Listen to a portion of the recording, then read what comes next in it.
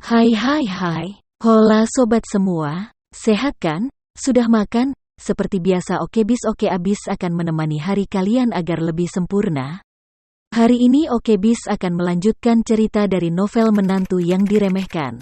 Eits, sebelum masuk ke ceritanya, pastikan kalian sudah like dan subscribe ya. Yuk langsung saja ke ceritanya. Cekidot. Emi juga memahami kekhawatiran dan visi kakaknya, dan berkata dengan serius, "Saudaraku, kamu benar. Aku terlalu bodoh untuk melihat level ini." Ito melambaikan tangannya, "Pikiranmu juga normal. Memulai bisnis seperti berjudi. Kamu bisa terus bertaruh sedikit lebih banyak, atau kamu bisa memiliki masa depan yang tak tertandingi, atau setelah kamu memesan chip dalam jumlah tertentu, belajarlah untuk melihat dan menutup." Berbicara tentang ini, Ito menghela nafas. "Jika sebelum malam ini, aku mungkin juga sama seperti yang kamu pikirkan. Aku akan mengambil kesempatan ini untuk memberinya kesempatan besar. Namun, aku berjalan melewati gerbang dan kehilangan keduanya.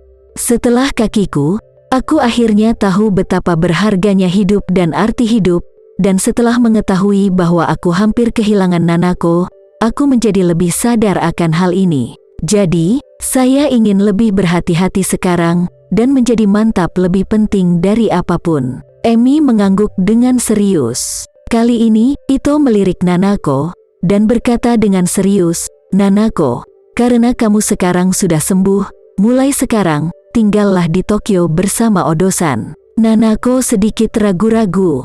Dia menyukai lingkungan Kyoto, dan dia enggan meninggalkan Kyoto. Namun, memikirkan situasi khusus sekarang karena dia tidak bisa lagi mengikuti preferensinya sendiri, dia langsung berkata, "Oke Odo-san, aku akan tinggal bersamamu." Ito berkata, "Biarkan kamu tinggal di Tokyo tidak hanya untuk memungkinkan kamu menemaniku, tetapi juga untuk membiarkan Anda berhubungan dengan bisnis dan industri keluarga lebih awal dan mulai mempersiapkan kesuksesan." Nanako buru-buru berkata, "Odo-san, saya tidak punya pengalaman dalam menjalankan bisnis."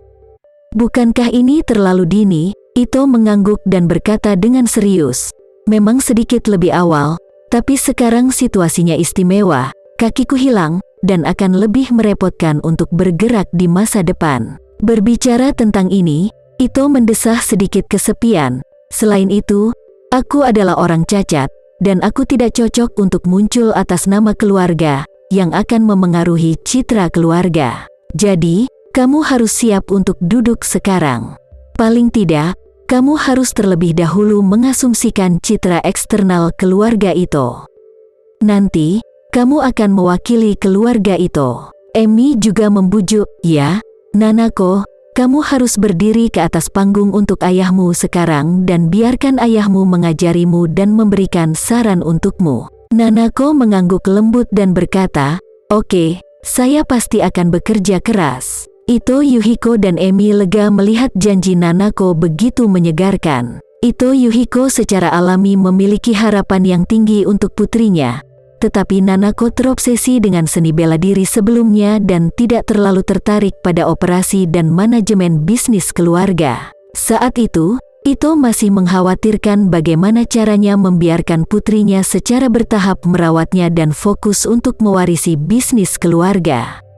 Dia berpikir bahwa dia bisa menggendong tubuhnya selama lebih dari 10 tahun, yang akan memberi Nanako beberapa tahun lagi waktu luang. Tanpa diduga, banyak hal berubah begitu banyak sekaligus. Meskipun sebagian besar budaya Jepang berasal dari Indonesia, perkembangannya kurang lebih bersifat lokal. Di Indonesia, kebanyakan pengusaha mengutamakan kepentingan mereka dan tidak terlalu memperhatikan masalah citra eksternal. Namun, setelah restorasi Meiji di Jepang, tingkat westernisasi relatif tinggi, sehingga pengusaha Jepang sangat mementingkan citra eksternal perusahaan. Sebagai contoh paling sederhana, jika seseorang melakukan pekerjaan administrasi di perusahaan Jepang, maka akan pusing di musim panas. Karena sebagian besar perusahaan Jepang mewajibkan karyawannya untuk mengenakan pakaian formal selama jam kerja, bahkan di tengah musim panas pun,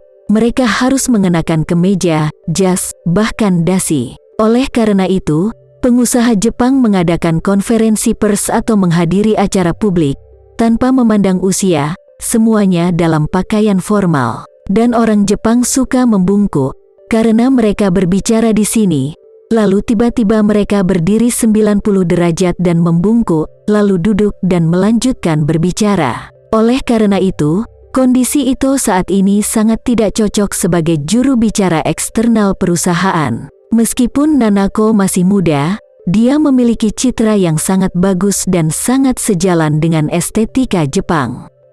Dia bertanggung jawab atas dunia luar. Bagi keluarga Ito, ini adalah pilihan terbaik. Tama juga sangat optimis tentang Nanako, dan mendorongnya, jika Nanako mengambil alih keluarga Ito, hal itu berpotensi untuk mengubah keluarga Ito menjadi perusahaan selebriti internet. Media pasti akan mengalahkan pengaturan pribadi presiden kecantikan. Menyiapkan pendirian yang sukses akan memungkinkan keluarga Ito mencapai efek berganda dalam karir mereka. Ketika Nanako mendengar kata-kata Tama, dia merasa sedikit malu, dan berkata dengan wajah tersipu, "Tuan Tama, Anda harus berhenti membuat lelucon tentang saya. Saya tidak memiliki temperamen seorang presiden yang cantik. Tidak lebih dari menangkap bebek di rak. Aku harus melakukannya." Tama dengan sungguh-sungguh berkata, "Jangan rendah diri. Dengan citra dan temperamenmu yang sempurna, kamu pasti akan menjadi wirausahawan kecantikan yang sangat dicari oleh seluruh Jepang di masa depan, dan mungkin kamu akan menjadi kartu nama komunitas bisnis Jepang di luar negeri." Nanako sangat dipuji oleh Tama. Dia malu dan bahagia, dan karena dia adalah seorang gadis muda yang baru saja memulai cintanya, dia tidak memiliki kemampuan untuk menyembunyikan kemampuannya sendiri dalam hal semacam ini, jadi dia hanya bisa menundukkan kepalanya lebih dalam. Dan lebih dalam, Ito Yuhiko langsung melihat putrinya yang luar biasa.